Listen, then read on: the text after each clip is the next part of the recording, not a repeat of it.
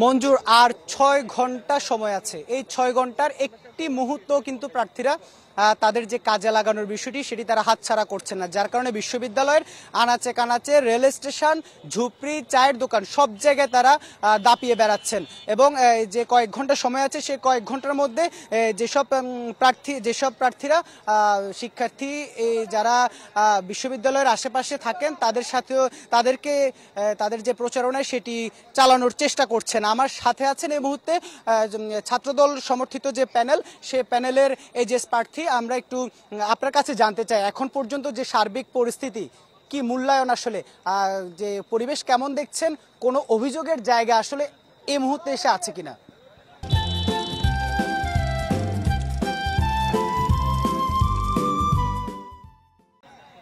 আসলে দীর্ঘ ৩৬ বছর পর নির্বাচন, আমরা যারা প্রার্থী আছি এবং শিক্ষার্থী আছি সবার ভিতরে একটা উচ্ছ্বাস আনন্দ কাজ করছে। অনেকের জীবনের প্রথম ভোট এবং প্রথম নির্বাচন, তো সেই জায়গাতে অনেক বেশি উৎসবমুখর অবস্থা। কিন্তু প্রশাসনের জায়গা থেকে আমাদের পুরোপুরি আমরা নিশ্চিত হতে পারছি না, কারণ সমাবর্তনের মতো একটা বড় আয়োজন করতে গিয়ে তারা প্রচুর অব্যবস্থাপনা করেছে। পরবর্তীতে জুবরাবাসীর সাথে যখন মারামারি হয়েছে তখনও তারা সেগুলো সামলাইতে পারেনি। আমরা প্রতিবারই দেখেছি যখন বিশ্ববিদ্যালয়ে বড় কোনো ইভেন্ট হয় প্রচুর অব্যবস্থাপনা হইতেছে।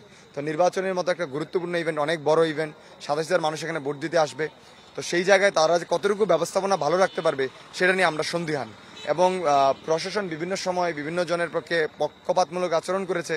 তো পক্ষপাতের জায়গাটা গুছে তারা একটা ভালো অবস্থানে বা ভালো স্বচ্ছতার জায়গায় কবে পৌঁছাইতে পারবে এটা আমি মনে করি না। তবে প্রশাসনের কাছে আমি মনে করি তাদের প্রতি দায়বদ্ধতা আছে যে একটা অভ্যুত্থানের পরে মানুষের রক্তের ঋণের বদলে যে নির্বাচনটা হচ্ছে সেই জায়গায় যেন একটা সুষ্ঠু, সুন্দর, নিরপেক্ষ নির্বাচন হয়। আমাদের প্রার্থীদের যেমন দায় সেটা প্রশাসনেরও দায়, তো আমরা চাইবো যে তারা যেন সেটা সুন্দরভাবে করে।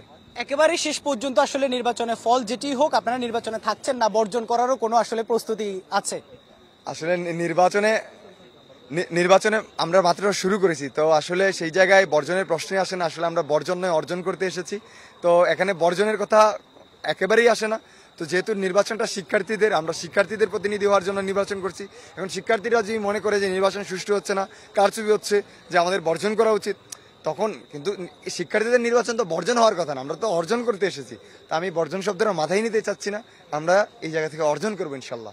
আর সেক্ষেত্রে এই মুহূর্তে এসে শিক্ষার্থীদের সারা কেমন পাচ্ছেন? কতটুকু আসলে মনে করছেন যে আসলে ডাকসু এবং জাকসু বাদ দিয়ে চাকসুতে ছাত্রদল কতটুকু বিজয় ছিনিয়ে আনতে পারবে বলে আশাবাদী? আসলে জাকসুর বাস্তবতা এই জায়গায় একেবারেই খাটে না। এই ক্যাম্পাসের বাস্তবতা ভিন্ন, এবং জাকসুর দেখা দেখি এখানে কেউ ভোট দিবে এইরকম কোনো ঘটনা না। এই শিক্ষার্থীরা এই জায়গায় জানে যে কারা কেমন কাজ করেছে, সেই কাজের মূল্যায়ন অনুযায়ী তারা তাদের প্রার্থী বা নির্বাচিত প্রতিনিধি নির্ধারণ করবেন। তো সেই জায়গায় শিক্ষার্থীদের ডাকসু বা জাকসুর এই জায়গায় কোনো প্রভাবক হিসাবে আমরা দেখছি না। আমরা অনেক বেশি আত্মবিশ্বাসী এবং আমরা প্রচুর প্রচার প্রচারণা চালিয়েছি। শিক্ষার্থীদের সাথে আমাদের একটা মনস্তাত্ত্বিক সংযোগ, আত্মিক সংযোগ হয়েছে।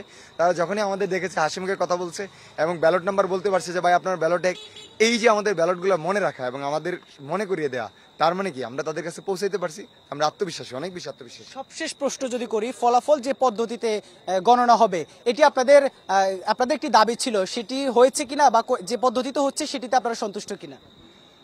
আমরা চেয়েছিলাম যে হাতে গণনা পদ্ধতিতে যেন করা হয়, কারণ আমরা বিগত সরকারের আমলে এই ধরনের মেশিনের যে গণনা, সেই মেশিনের গণনার উপর আমরা আস্থা রাখতে পারি নাই।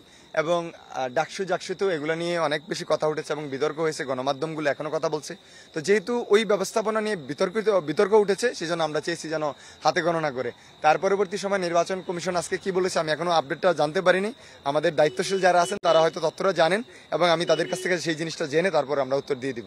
অসংখ্য ধন্যবাদ। শুনছিলাম আসলে আমরা নির্বাচন কমিশনে গিয়েছিলাম, সেখানে দেখেছি ব্যালট বাক্স থেকে শুরু করে ওর যাবতীয় যে সরঞ্জামাদি সেগুলো কিন্তু তারা প্রস্তুত করতে শুরু করেছে, যেগুলো আগামীকালকে নাগাদ বিভিন্ন কেন্দ্রে কেন্দ্রে হয়তো পৌঁছে দেওয়া হবে। তো এ ছিল চট্টগ্রাম বিশ্ববিদ্যালয় থেকে সবশেষ আমার কাছে।